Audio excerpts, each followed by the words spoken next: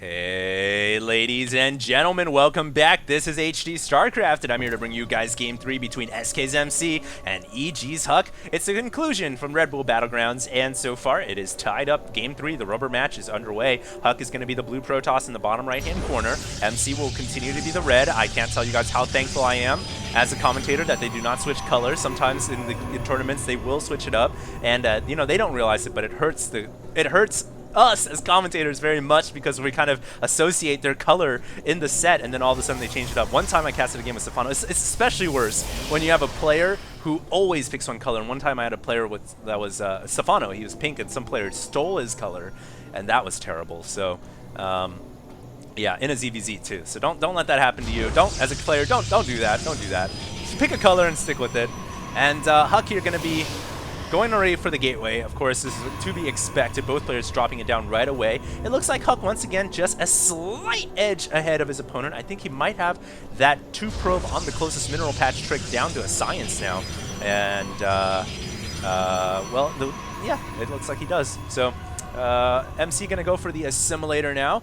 To be expected. Gas is a very important resource in this matchup. It's all about teching right up to warp gate or robotics facility, combination thereof, and you know, getting those stalkers on the field is extremely vital to your success. We saw that in the last matchup. Stalkers are one of the key units in this battle until Colossus hit the field, and actually Colossus, as I said before, very rare in this matchup. It's not very often you'll see that, and until then, you know, Stalker firepower is superior.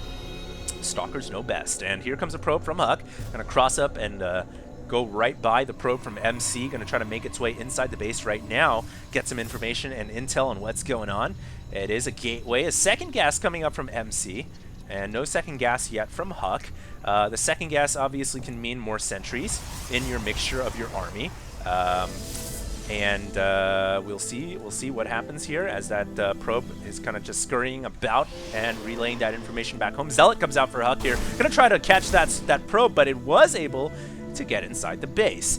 And now the thing here is you can also see the Nexus energy when your probe gets inside, and that's another important thing to kind of notice. Oh, probe! Oh, gets killed off. Nice play by Huck. Now any buildings that go down are pretty much hidden. They cannot be revealed to MC unless he can bring down another probe. But as I was saying, that second assimilator really important, because seeing that second assimilator, you can kind of think, okay, there's a possibility of Dark Templar coming out as well, not just massing sentries. So that's something that is possible here for MC. Likewise, Huck got the second gas after the probe went down. So we'll see what happens. But also, the other thing I wanted to say is the Chrono Boost energy is very important as well. You can see when you get your scouting probe in there, is he saving up energy, or is he dropping it on warp gate or the gateways? And vice versa, you can decide then and determine what your opponent is doing. If he's getting it on the warp gate, okay, maybe a warp gate timing attack. If he's getting it on the gateways, okay, maybe he's going to pressure me before the warp gate finishes. If he's saving it up, DTs. That's definitely something that's very possible. So we'll see here. It looks like, or Blink, a quick Twilight Council, and we can see here that Huck is getting a Blink upgrade right away. And sure, why not? It worked really well in the second game of this set, and it might work again here in the third game on Ohana. Robotics facility on the way right now from MC. No aggression, nope. In this game so far, both players have played much more passively. And robotics is pretty important when it comes to dealing with Blink Stalkers. Immortals still shred through when they have, if they can have some fodder units nearby to protect them from the Blink.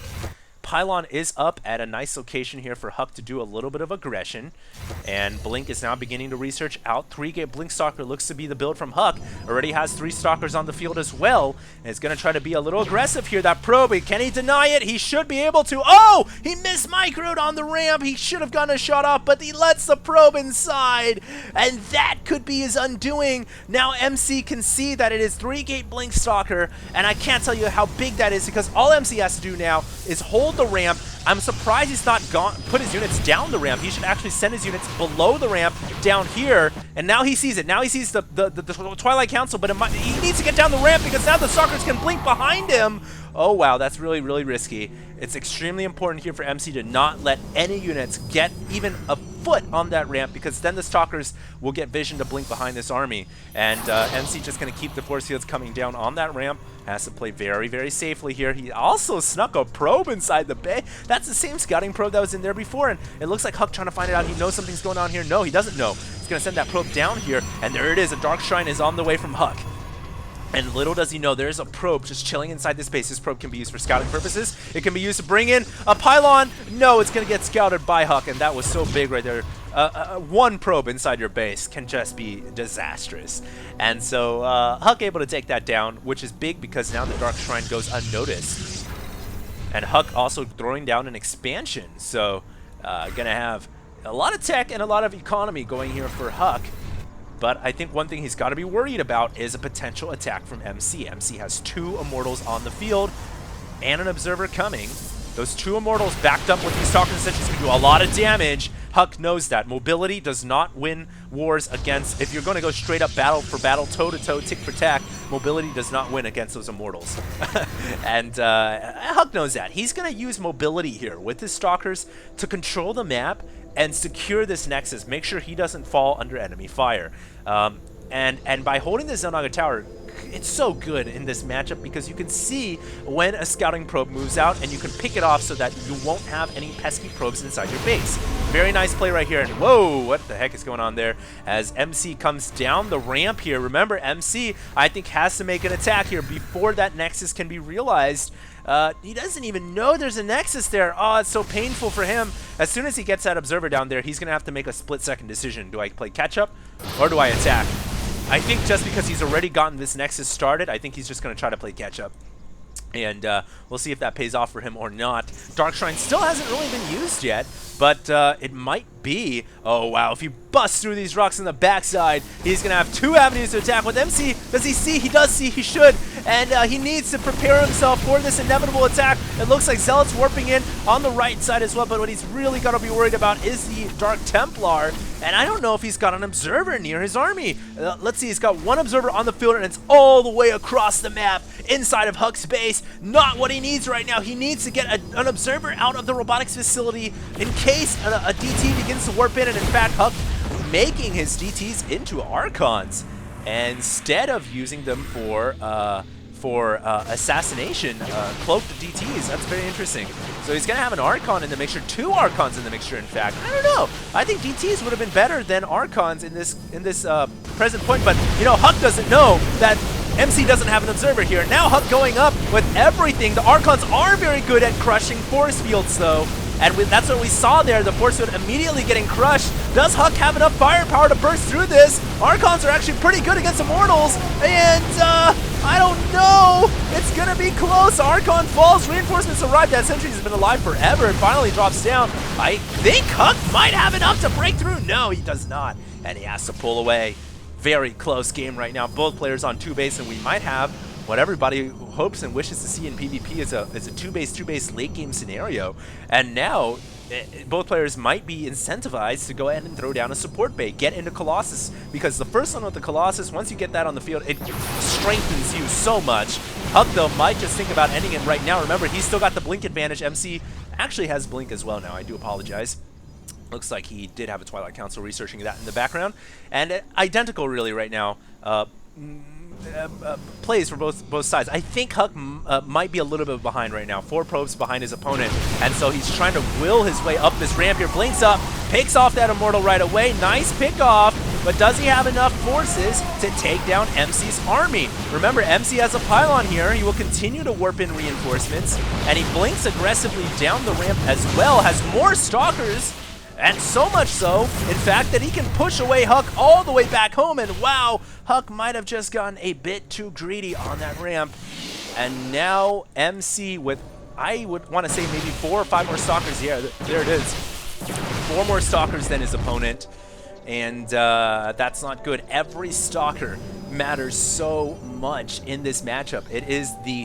It's a caveat unit. You gotta have it, you love it, but you hate it, and you gotta have it. And Huck doesn't have enough. In fact, his Stalker numbers have now been doubled in size when looking at his opponent, 13-6.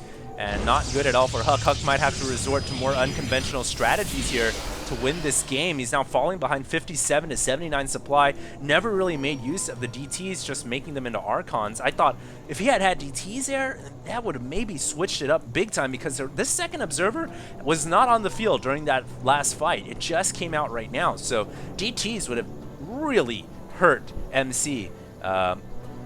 Alas, that wasn't the situation. And Huck now, I don't know what he's going to do, man. He's at 69 and 91 supply. Remember, this is the rubber match of this set. Third game here from Red Bull Battlegrounds. He cannot afford to lose this game. Another Dark Shrine coming up from MC here.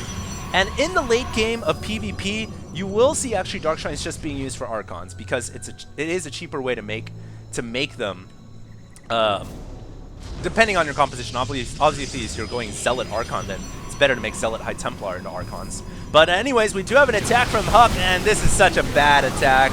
And he might just have been, his hand has been forced, you know. He's got to do it. He knows he's behind.